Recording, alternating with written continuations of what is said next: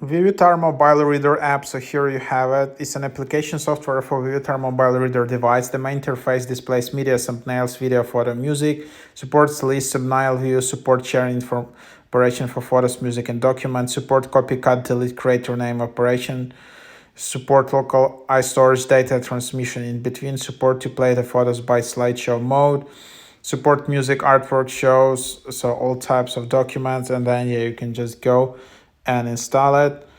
Um,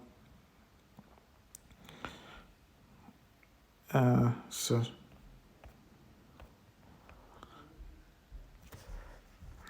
so yeah, here you have it, different languages.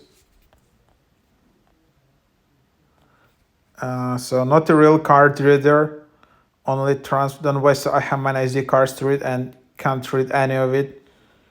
This China downloaded app only transfers out of the iPhone to a card.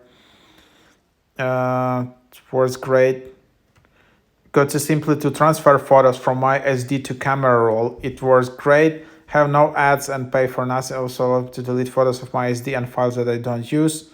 So seems for some people it's working, for other people it's not. But yeah, that's what do you think? Do you have any experience with it?